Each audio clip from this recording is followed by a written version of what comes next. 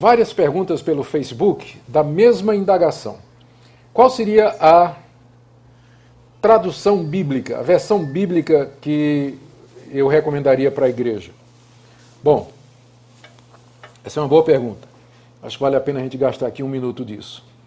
Você primeiro tem que entender duas coisas que estão por detrás das traduções. Primeira é a questão do texto grego. Estou falando do Novo Testamento. Tá? Primeiro, tem no Antigo também, mas no texto grego do Novo Testamento essa questão se torna mais aguda. Você tem basicamente dois textos gregos. Você tem um que é chamado texto crítico, que é baseado em 3 ou 4 manuscritos mais antigos, datando do século 2, 3 e 4. E você tem o chamado texto majoritário, que é baseado na grande maioria dos documentos antigos, textos manuscritos antigos, mas que datam de bem mais cedo, bem mais tarde para nós, né? Datando aí do século 8, 9 e 10. Então a pergunta é, o que está mais próximo do original? Os mais antigos ou a maioria dos manuscritos?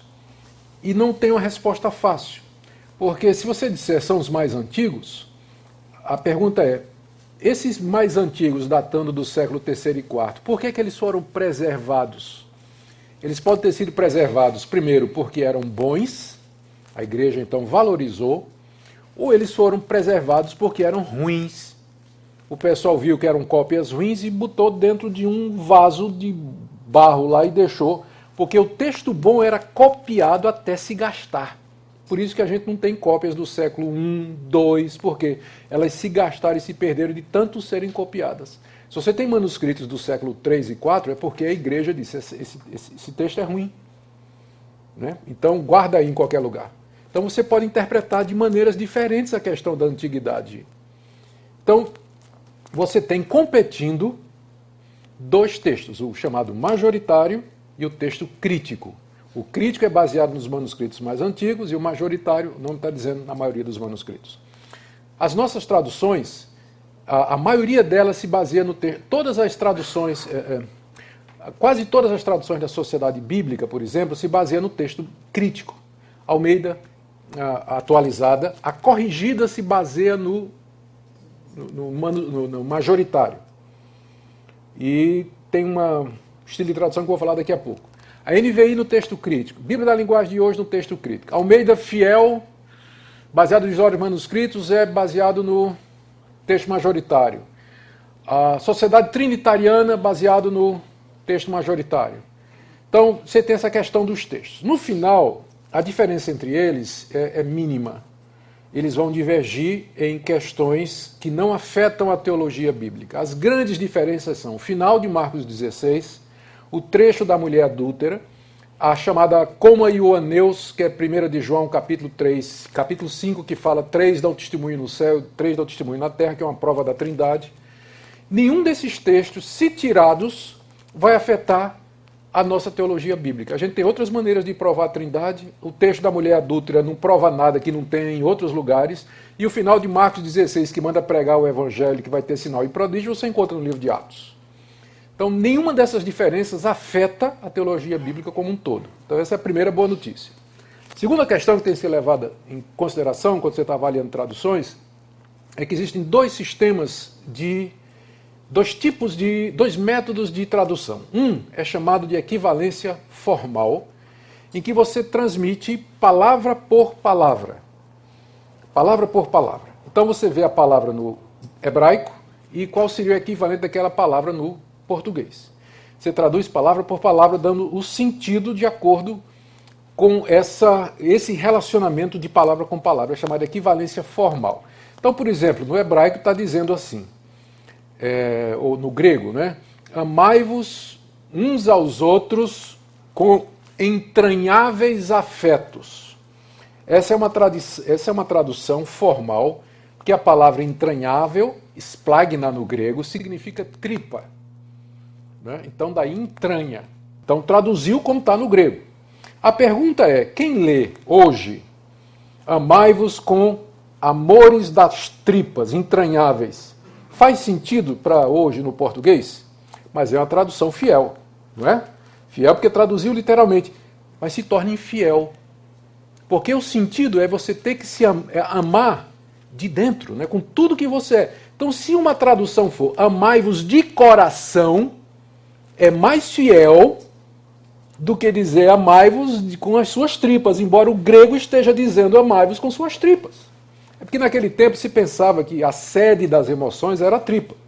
Porque convenhamos, quando dá uma emoção, qual a primeira coisa que é afetada?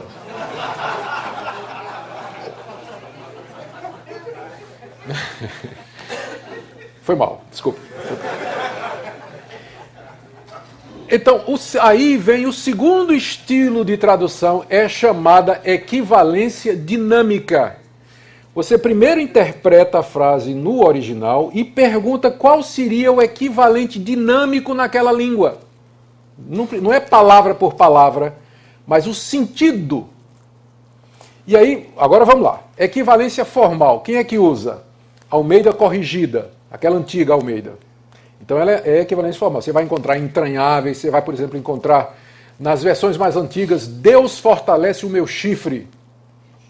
Está lá no Salmo, porque diz literalmente. Mas só que chifre em hebraico se referia ao chifre do boi, que significava o quê? Força. Então uma tradução moderna diria, Deus fortalece a minha força, embora no hebraico esteja dizendo chifre. Então, a corrigida... Vou falar sério já.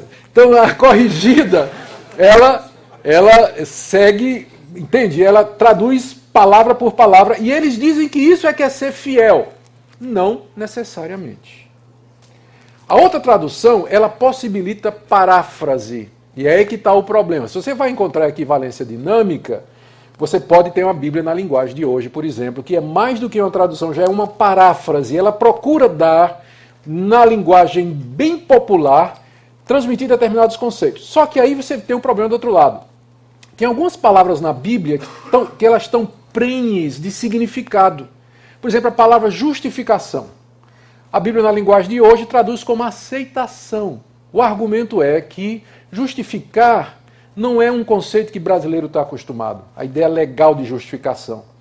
Sim, mas aceitar não é a mesma coisa. Né? Aceitar é um dos efeitos da justificação, porque Deus nos justifica, então Ele nos aceita. Não é a mesma coisa. Então a Bíblia, na linguagem de hoje, no afã de evitar os problemas do texto, de traduzir literalmente, ela acaba indo para um outro extremo. É uma linguagem, é uma tradução boa em vários sentidos. Tem passagens na Bíblia da linguagem de hoje que eu acho melhor do que a Almeida, que é a NVI. Né? Os caras foram muito felizes em fazer isso. Mas como um todo você tem que ler com cuidado, porque usa esse esquema de equivalência dinâmica. NVI tenta usar uma combinação das duas. Então eu diria assim, no extremo da equivalência formal, você tem a corrigida, Almeida, não é? E do extremo esquerdo aqui você tem a cabana. Cabana não, é a cabana, né? Não, a mensagem. A mensagem, não é isso? A cabana, eu estou com a cabeça. A mensagem. Então, aqui, vindo de cá, do formal para a equivalência dinâmica, você tem a corrigida e você tem a mensagem. Aí você vai ter a Almeida atualizada e as parecidas com ela, NVI, Bíblia na linguagem de hoje, e aí a mensagem. Então, pergunta, o que você deve usar na igreja? Resposta, depende para quê? Para pregar, eu prefiro aquelas que usam o texto crítico e um método de equivalência que mistura formalidade e equivalência. Então, NVI e Almeida. Então, eu acho que as duas são boas para pregação, para exegese e para estudo. Tem as duas, estude as duas, eu prefiro Almeida. Mas gosto de ler também na NVI. Tá bom? Se você quer usar outras traduções para comparar, então eu pegaria a corrigida, que tem uma versão bem formal, a equivalência formal, e pegaria a mensagem ou a Bíblia na linguagem de hoje. Para você comparar, apenas para comparação, mas para trabalho pastoral eu recomendaria Almeida e a NVI. Almeida em primeiro lugar, né, atualizado, e NVI também em segundo lugar. Tá bom? Essa é a resposta que eu daria.